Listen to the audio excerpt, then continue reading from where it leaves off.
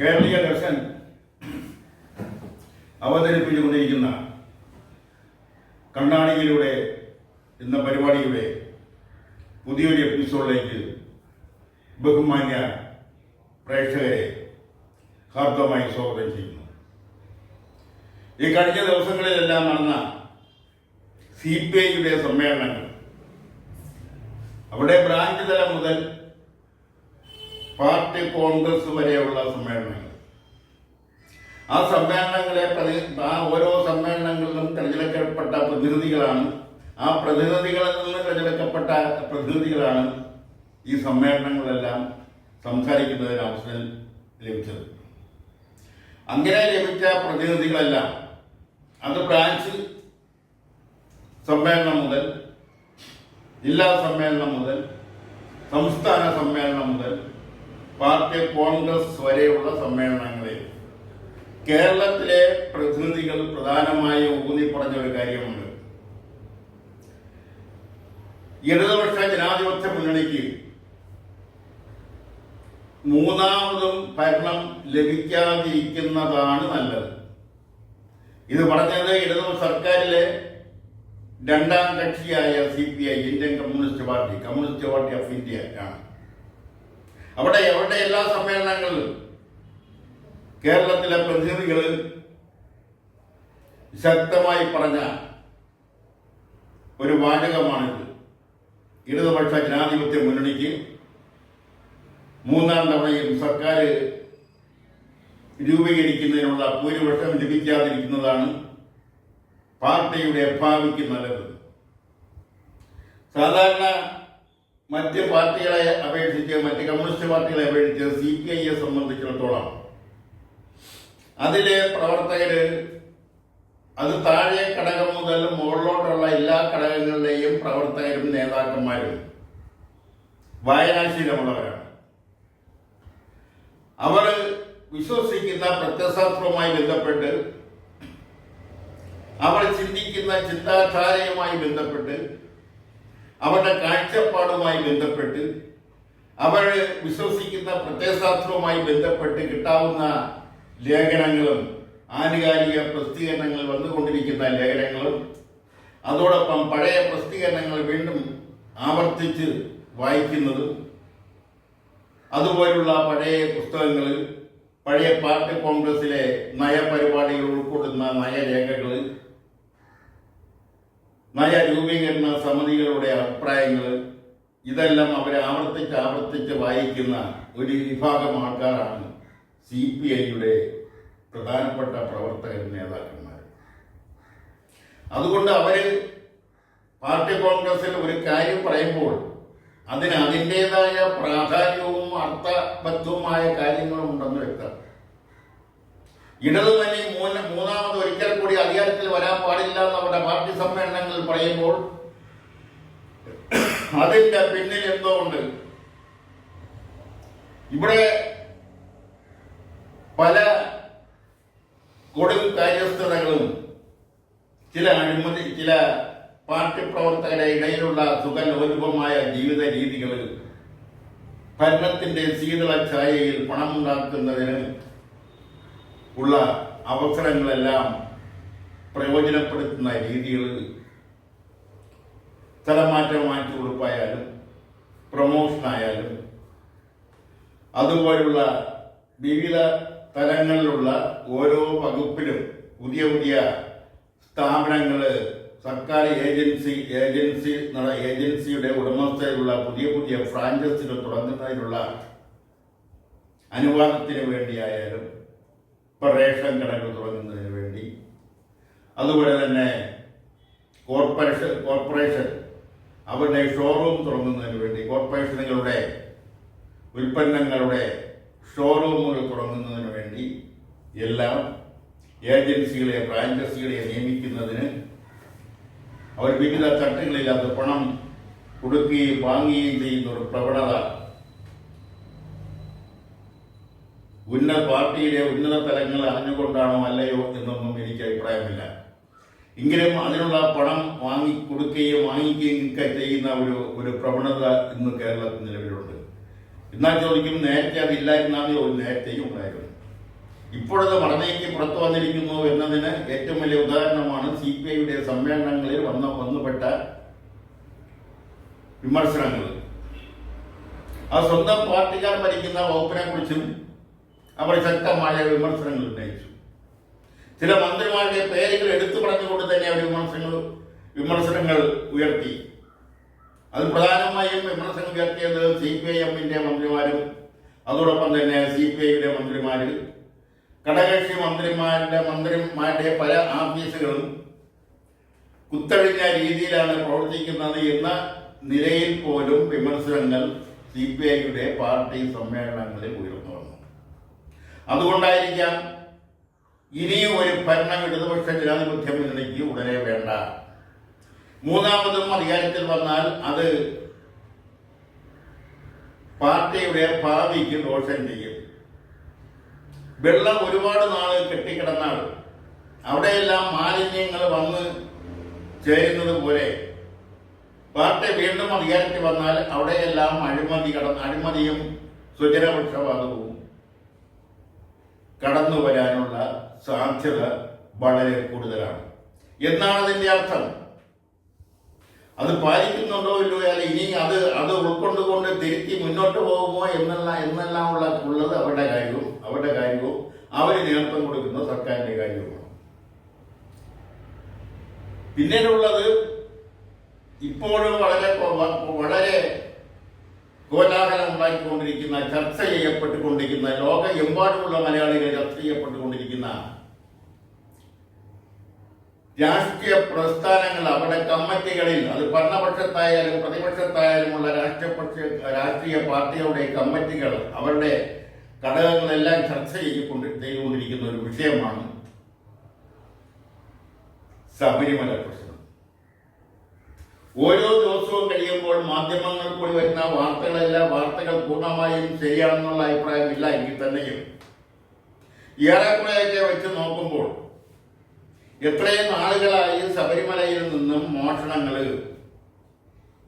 നടക്കുന്നു. അവിടത്തെ സ്വർണ്ണപ്പാളികൾ അവിടെ നിന്ന് പോകുന്നു.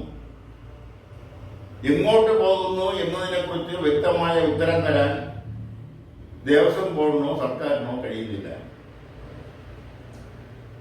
ഈ സ്വർണ്ണപ്പാളികൾ ആദ്യം നൽകിയത് ഒരു അന്തർദേശീയ കുറ്റവാളിയായിട്ട് മുദ്ര കുത്തപ്പെട്ട രാജമല്ലിക എന്ന ഒരു വ്യക്തിയാണ്. അയാൾക്ക് ഇന്ത്യക്കകത്ത് വരാൻ നിവർത്തിയില്ല. അയാൾക്കിവിടെ വാറണ്ടുകൾ നിരവധിയുണ്ട്. അതേസമയം അദ്ദേഹം ലണ്ടനിലോ മറ്റോ ആണ് സുഖജീവിതം നയിക്കുന്നത്. അദ്ദേഹമാണ് ഇവിടെ ആദ്യം സ്വർണം കൊടുത്തത്.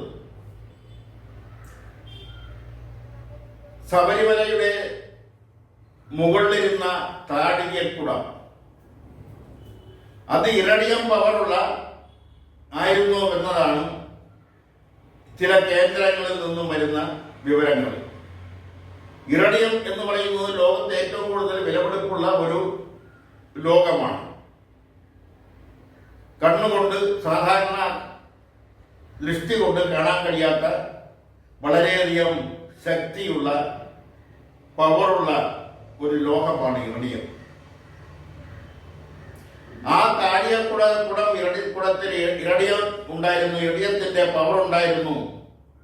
അത് ഇവിടുന്ന് വിദേശത്തേക്ക് കടത്തി 30 ലക്ഷം കോടി രൂപയ്ക്കാണ് അത് കൊടുത്തതെന്ന് ഒരു വിഭാഗം ജനങ്ങൾ, അല്ലെങ്കിൽ ജനങ്ങളുടെ ഇടയിൽ അതൊന്നും നേരത്തെയും സംസാര വിഷയമാണ്. ഇന്നത് വീണ്ടും സംസാര വിഷയമായിരിക്കും. ഇന്ന് അവിടെ ഇരിക്കുന്ന താഴികക്കുടം ഡ്യൂപ്ലിക്കേറ്റ് ആണെന്നാണ് പറയപ്പെടുന്നത്. യാഥാർത്ഥ്യം എന്താണെന്ന് നാളിതുവരെ കണ്ടെത്താൻ സുതാര്യമായ ഒരു അന്വേഷണവും നടന്നതായിട്ട് അറിവില്ല. എന്തായാലും ഇവിടെ നിന്ന് കടത്തിക്കൊണ്ടുപോയ ആ താഴികക്കുടം, പോയി എന്ന് പറയുന്ന ആ താഴികക്കുടം,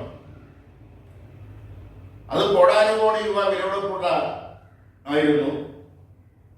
അത് വിറ്റ വില പല നിലയിലാണ് പറയുന്നത്. 30 ലക്ഷം കോടിയെന്നും അതിനപ്പുറത്തുള്ള സംഖ്യകളും അതിനിപ്പുറത്തുള്ള സംഖ്യകളും ഒക്കെ ഇന്ന് പറഞ്ഞു വരുന്നു. എന്തായാലും ഇരടിയം എന്ന് പറയുന്ന ലോകത്തിന് വളരെയധികം വിലപിടിപ്പുള്ള ഒരു ലോകമാണ്. വളരെയധികം ശക്തിയുള്ള അതിൽ ഇരടിയം ഇരടിയത്തിന്റെ പവർ അത് പല മേഖലകളിലും പല ഉപകരണങ്ങളിലും ഉപയോഗിക്കുന്നുണ്ട്.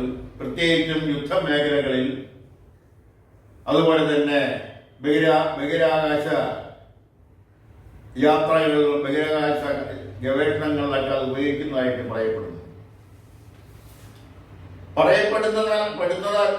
എന്നതല്ലാണ്ട് അല്ലെങ്കിൽ അതിന് വ്യക്തമായ ഒരു ഉത്തരം തരാൻ നാളിതുവരെ ഒരു അംഗീകൃത ഏജൻസിക്ക് കഴിഞ്ഞിട്ടില്ല എന്നുള്ളതാണ് വസ്തുത.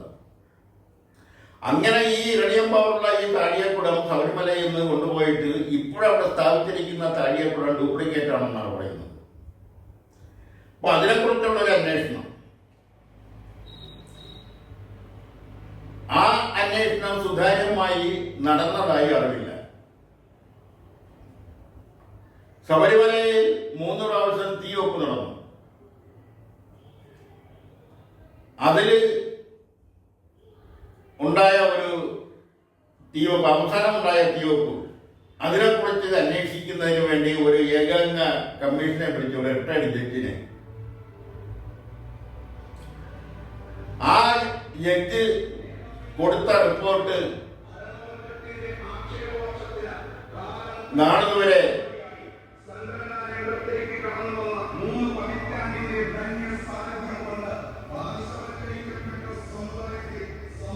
പരസ്യപ്പെടുത്താൻ അല്ലെങ്കിൽ അത് നിയമസഭയുടെ മേശപ്പുറത്ത് വയ്ക്കാൻ ഒരു സർക്കാരും ധൈര്യപ്പെട്ടിട്ടില്ല. അതുമായി ബന്ധപ്പെട്ട നിരവധി വിവാദങ്ങൾ ഉണ്ടായിട്ടുണ്ട്.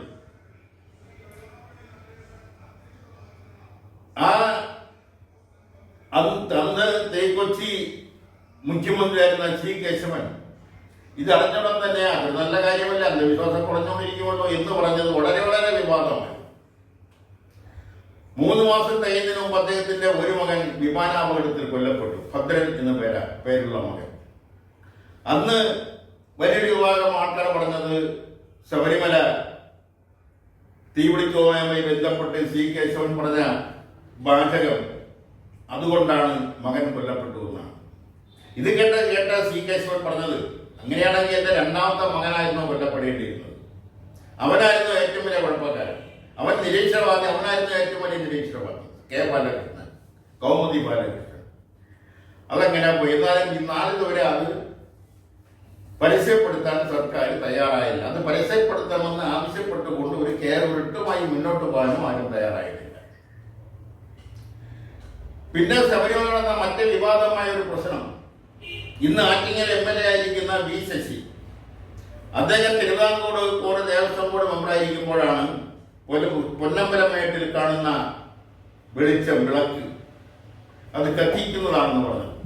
അന്നും വളരെയധികം വിവാദമുണ്ടായി. അതിനുശേഷം നിയമസഭയിൽ അന്നത്തെ ദേവസ്വം ബോർഡ് വകുപ്പ് മന്ത്രിയായിരുന്ന നീല ലോഹിതദാസ് അദ്ദേഹം അത് സ്ഥിരീകരിച്ചുകൊണ്ട് അദ്ദേഹം ആവർത്തിച്ചു. 3 മാസം തികയുന്നതിന് മുമ്പ് അദ്ദേഹത്തിന് മന്ത്രിസ്ഥാനം രാജിവെക്കേണ്ടി വന്നു. അതും കാരണം ശബരിമലയെ ആക്ഷേപിച്ചുകൊണ്ടാണെന്നുള്ള അഭിപ്രായം ഉയർന്നു. അതിനുശേഷമാണെന്ന് മുഖ്യമന്ത്രിയായിരുന്ന EK നായനാർ അത് നിയമസഭയുടെ മേശപ്പുറത്ത് വെച്ചത്. അങ്ങനെ പലപ്പോഴും വിവാദമായിട്ടുള്ള, ഇന്നും വിവാദമായിക്കൊണ്ടിരിക്കുന്ന ഒരു ആത്മീയ ഒരു വർഷം തോറും ലക്ഷക്കണക്കിന് ആൾക്കാർ, വിശ്വാസികൾ തീർത്ഥാടനത്തിന് വരുന്ന ഒരു വലിയ ക്ഷേത്രമാണ് ശബരിമല ക്ഷേത്രം. ലക്ഷക്കണക്കിന് ആൾക്കാരാണ് വർഷം തോറും അവിടെ ആ ശബരിമല ചവിട്ടുന്നതും ശബരിമലയിൽ ചെന്ന് ചവിട്ടി ശ്രീ അയ്യപ്പനെ ദർശിക്കുന്നതുമല്ല. അതുകൊണ്ടാണ് അവിടെ നിന്ന് ഒരു സാധനം കളവ് പോകുമ്പോൾ അത് ഇത്രയധികം പ്രാധാന്യമുള്ളത്. അതിൻ്റെ വ്യത്യസ്തമായ അഭിപ്രായം പല അങ്ങോട്ടും ഇങ്ങോട്ടും പഠിക്കാതെ, ആരോപണവും പ്രതി ആരോപണവും ഉന്നയിക്കാതെ, അതിന് യോജിച്ച് പ്രതിപക്ഷവും ഭരണകക്ഷിയും നിയമസഭയിൽ അംഗത്വമില്ലാത്ത കേന്ദ്ര ഭരണകക്ഷിയുടെ പ്രതിനിധികളും എല്ലാം ഒരുമിച്ചിരുന്ന് ആ സ്വർണം കളവ് പോയിട്ടുണ്ടെങ്കിൽ അത് ആരാണ് കൊണ്ടുപോയത്, അതിന് ഉത്തരവാദികൾ ആരാണ്, അതിനകത്ത് ഉദ്യോഗസ്ഥരുടെ പങ്കെത്ര, രാഷ്ട്രീയക്കാരുടെ പങ്കെത്ര, ദേവസ്വം ബോർഡിന്റെ പങ്കെത്ര, അതിനെക്കുറിച്ചെല്ലാം സമഗ്രമായ അന്വേഷണം, സുതാര്യമായ അന്വേഷണം. അത് സംസ്ഥാന സർക്കാരിന്റെ ഒരു ഏജൻസി അന്വേഷിച്ചാൽ എത്രത്തോളം അത് സത്യസന്ധമായി സുതാര്യമായി മുന്നോട്ട് പോകും എന്ന കാര്യത്തിൽ ജനങ്ങൾക്ക് സംശയമുണ്ട്, ആശയക്കുഴപ്പമുണ്ട്. അതുകൊണ്ട് ഒരു സ്വതന്ത്ര ഏജൻസിയോ അല്ലെങ്കിൽ കേന്ദ്ര ഏജൻസിയോ കൊണ്ട് അന്വേഷിക്കുന്നതായിരിക്കും അക്കാര്യത്തിൽ നല്ലത്. ഇത് പറയുമ്പോൾ തന്നെ കേരളത്തിലെ മറ്റു പല ക്ഷേത്രങ്ങളിലും ചെറുതും വലുതുമായ മോഷണങ്ങൾ നടക്കാറുണ്ട്, അഴിമതി നടക്കാറുണ്ട്, ക്രമവിരുദ്ധമായി പലതും നടക്കാറുണ്ട്. അതെല്ലാം ഒറ്റയടിക്ക് മാറ്റിയെടുക്കുക എന്ന് പറയുന്നത് നടപ്പാക്കാൻ കഴിയുന്ന കാര്യമല്ല. എങ്കിൽ തന്നെയും അക്കാര്യത്തിൽ ദേവസ്വം ബോർഡ് ജാഗ്രത പുലർത്തിക്കൊണ്ട് ആ ദേവസ്വം ബോർഡിന്റെ പ്രവർത്തികളുടെ മേൽ സർക്കാരിന്റെ ഒരു ജാഗ്രതയും ഉണ്ടായാൽ കുറെയൊക്കെ മാറ്റങ്ങൾ വരുത്താൻ കഴിയും. അതുപോലെ തന്നെ കേരളത്തിലെ നിരവധി പ്രൈവറ്റ് ക്ഷേത്രങ്ങളുണ്ട്, കുടുംബ ട്രസ്റ്റുകൾ നടത്തുന്ന ക്ഷേത്രങ്ങളുണ്ട്. അല്ലാതെ ചില പ്രദേശങ്ങൾ ചേർന്നുള്ള രജിസ്റ്റർ ചെയ്തിട്ടുള്ള ട്രസ്റ്റുകൾ നടത്തുന്ന ക്ഷേത്രങ്ങളുണ്ട്, സ്വകാര്യ ക്ഷേത്രങ്ങളുണ്ട്. ഇവിടെയെല്ലാം വരുന്ന വരുമാനങ്ങൾ ഈ ക്ഷേത്രങ്ങളുടെ എല്ലാം പേരിലുള്ള സ്ഥാവര ജംഗമ സ്വത്തുക്കൾ അതെല്ലാം സുതാര്യമായ രീതിയിലാണോ കൈകാര്യം ചെയ്യുന്നത് എന്നുള്ള കാര്യവും അന്വേഷണം വിധേയമാക്കേണ്ടതാണ്. ശബരിമലയെ കുറിച്ച് ആളുകളുടെ ആശങ്ക മാറ്റിയെടുക്കേണ്ടത്, പ്രത്യേകിച്ചും ഭക്തജനങ്ങളുടെ ആശങ്കകൾ മാറ്റിയെടുക്കേണ്ട ഉത്തരവാദിത്തം ദേവസ്വം ബോർഡിനുമുണ്ട്, സർക്കാരിനുമുണ്ട്.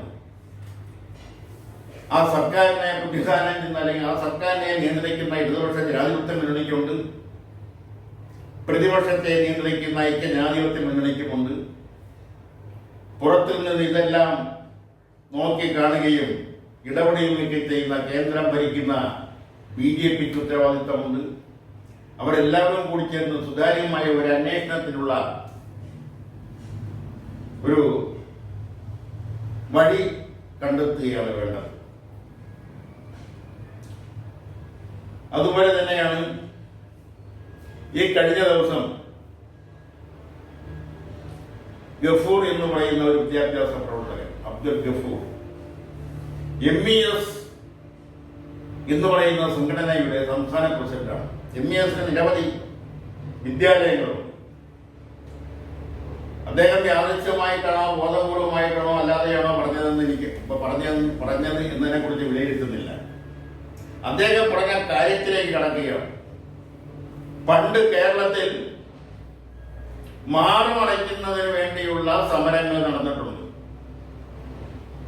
അതിരൂക്ഷമായ സമരങ്ങൾ നടന്നിട്ടുണ്ട്. ആ സമരങ്ങൾ നടത്തിയതിന്റെ ഫലമായിട്ടാണ് കേരളത്തിലെ പിന്നോക്ക സമുദായങ്ങളിൽപ്പെട്ട ദളിത് സമുദായങ്ങളിൽപ്പെട്ട സ്ത്രീകൾക്ക് മാറുമടയ്ക്കാനുള്ള അവകാശം. മുരക്കരം നിലനിന്നിരുന്ന നാടാണ് കേരളം. അങ്ങനെ മാറുമടയ്ക്കാനുള്ള അവകാശം ലഭിച്ചു. ഇന്ന് മാറുമടയ്ക്കാതിരിക്കുന്നതിന് വേണ്ടിയുള്ള സമരമാണ് നടക്കുന്നതെന്നാണ് ഗഫൂർ പറഞ്ഞത്. കാര്യം വളരെ ശരിയാണ്. എന്നാൽ ഗഫൂറിനെതിരെ ആക്രോശങ്ങളുമായി ചില ഭാഗത്തു നിന്നും ചില ഗ്രൂപ്പുകൾ, ചില വിഭാഗം ആൾക്കാർ, യുവജനങ്ങള്, വിദ്യാർത്ഥികള്, അതുപോലുള്ള മഹിളാ സംഘടനകളെല്ലാം രംഗത്ത് വരികയും അതിനെ വിമർശിക്കുകയും ചെയ്യപ്പെടുകയുണ്ടായി. അത് വിവാദമായിരിക്കുകയാണ്. ഇനി അത് വിവാദമായിക്കൊണ്ടിരിക്കും. ഗഫൂർ ഒരു സത്യമല്ലേ പറഞ്ഞത്? ആ സത്യത്തെ അംഗീകരിച്ചുകൊണ്ട് അതിന്റെ തെറ്റ് എവിടെയാണ്, അതിലെ അപാകത എവിടെയാണ് അത് സാധാരണ ജനങ്ങൾക്ക് എന്തുമാത്രം ബുദ്ധിമുട്ടാണ് വരുത്തിവെക്കുന്നത്. ഈ പുതിയ തലമുറയിൽപ്പെട്ട പെൺകുട്ടികൾ, അവരുടെ സ്വഭാവ രീതികൾ, അവരുടെ ഇടപെടലുകൾ, അതെല്ലാം പലപ്പോഴും അതിര് കടക്കുന്ന നിലയിലേക്ക് പോകുന്നത് കണ്ടും സഹിച്ചു നിൽക്കുന്ന പ്രായമുള്ളവര്, അവർക്കെല്ലാം വളരെ അസഹ്യമായ രീതിയിൽ, അസഹ്യമായ നിലയിൽ ഇവരുടെ പ്രവർത്തനങ്ങളും പ്രകടനങ്ങളും പലപ്പോഴും അവർ കണ്ടിട്ടും കണ്ടില്ല എന്നടിക്കുന്നു. രക്ഷകർത്താക്കൾ അത് നിയന്ത്രിക്കുന്നതിന് പകരം അവരും കണ്ടില്ല എന്നടിക്കുന്നു. ഇവിടെയെല്ലാം ഉണ്ടായിക്കൊണ്ടിരിക്കുന്ന സാംസ്കാരിക മലിനീകരണം അത് ഇനിയും തുടർന്ന് മുന്നോട്ട് കൊണ്ടുപോയാൽ കേരളം ഒരുപക്ഷെ 10 വർഷമോ 15 വർഷമോ കഴിയുമ്പോഴത്തേന് ഇവിടെ ഉണ്ടാകുന്ന സാംസ്കാരിക അധപ്പതനം ഇപ്പോൾ അത് മുൻകൂട്ടി പറയാൻ വളരെ പ്രയാസമായിരിക്കും. പാശ്ചാത്യ സംസ്കാരത്തോടുള്ള അഭിനിവേശം അത് ചെറുതിലെ തന്നെ കുട്ടികളിലേക്ക് കടന്നു വരുന്നു. അവരുടെ ജീവിത രീതി, അവരുടെ സഹവർത്തിത്വം, അവരുടെ ആഹാര രീതി, വസ്ത്രധാരണം തുടങ്ങിയവയെല്ലാം അവർ പാശ്ചാത്യ സംസ്കാരം അനുകരിക്കാൻ ശ്രമിക്കുന്നു, അല്ലെങ്കിൽ അനുകരിക്കുന്നു. അതെല്ലാം കാണുമ്പോൾ കേരളീയ സംസ്കാരത്തിൽ അടിയുറച്ചു നിൽക്കുന്ന, അല്ലെങ്കിൽ കേരള സംസ്കാരവുമായി ഇണങ്ങി ജീവിച്ചവർക്ക് അതൊന്നും കണ്ടു സഹിക്കാൻ ബുദ്ധിമുട്ടായിരിക്കും, അസഹ്യമായിട്ട് തോന്നാം. എന്തായാലും ഈ 2 വിഭാഗങ്ങളെയും പരസ്പരം കോർത്തിണക്കുന്ന ഒരു സംവിധാനം ഉണ്ടാക്കേണ്ടിയിരിക്കുന്നു. അത് നീട്ടിക്കൊണ്ടു പോകുന്നത് സമൂഹത്തിന്, കേരളത്തിലെ തനത് സംസ്കാരത്തിലൊക്കെ തന്നെ വളരെയധികം ദോഷം ചെയ്യുമെന്നാണ് ഈ അവസരത്തിൽ പറയാനുള്ളത്. അതുപോലെ തന്നെ കേരളത്തിൽ ഇപ്പോൾ പടർന്നു പിടിച്ചുകൊണ്ടിരിക്കുന്ന അമീബിക് ജ്വരം, അത് ഫലപ്രദമായി നേടാൻ കഴിയുന്നില്ല എന്നുള്ളതാണ്. അതുമായി ബന്ധപ്പെട്ട് ഉണ്ടാകുന്ന മരണങ്ങൾ, അത് ഓരോ ദിവസവും സ്ഥിരീകരിച്ചുകൊണ്ടിരിക്കുന്ന രോഗങ്ങൾ, ഇതെല്ലാം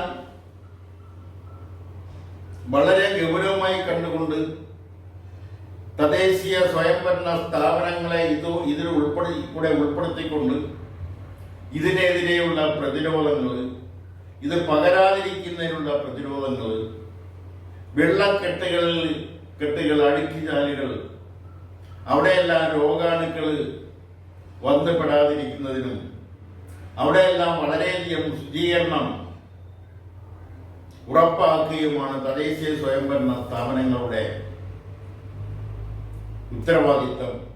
അതുപോലെ തന്നെ ബോധവൽക്കരണം നഗരങ്ങളിൽ മാത്രം പോരാ. നഗരങ്ങളിലുള്ളവർക്ക് ഇതെല്ലാം അറിയാം. വലിയ വിദ്യാഭ്യാസമൊന്നും ഇല്ലാതെ കേരളം 100% സാക്ഷരത കൈവരിച്ചു എന്ന് അവകാശപ്പെടുമ്പോഴും കേരളത്തിലെ ഗ്രാമീണ മേഖലയിൽ, പ്രത്യേകിച്ചും ദളിത്, ആദിവാസി ഗോത്ര വിഭാഗത്തിന്റെ ഇടയിൽ 30% ആൾക്കാർ ഇന്നും എഴുത്തും വായനയും അറിഞ്ഞുകൂടാത്തവരാണ്.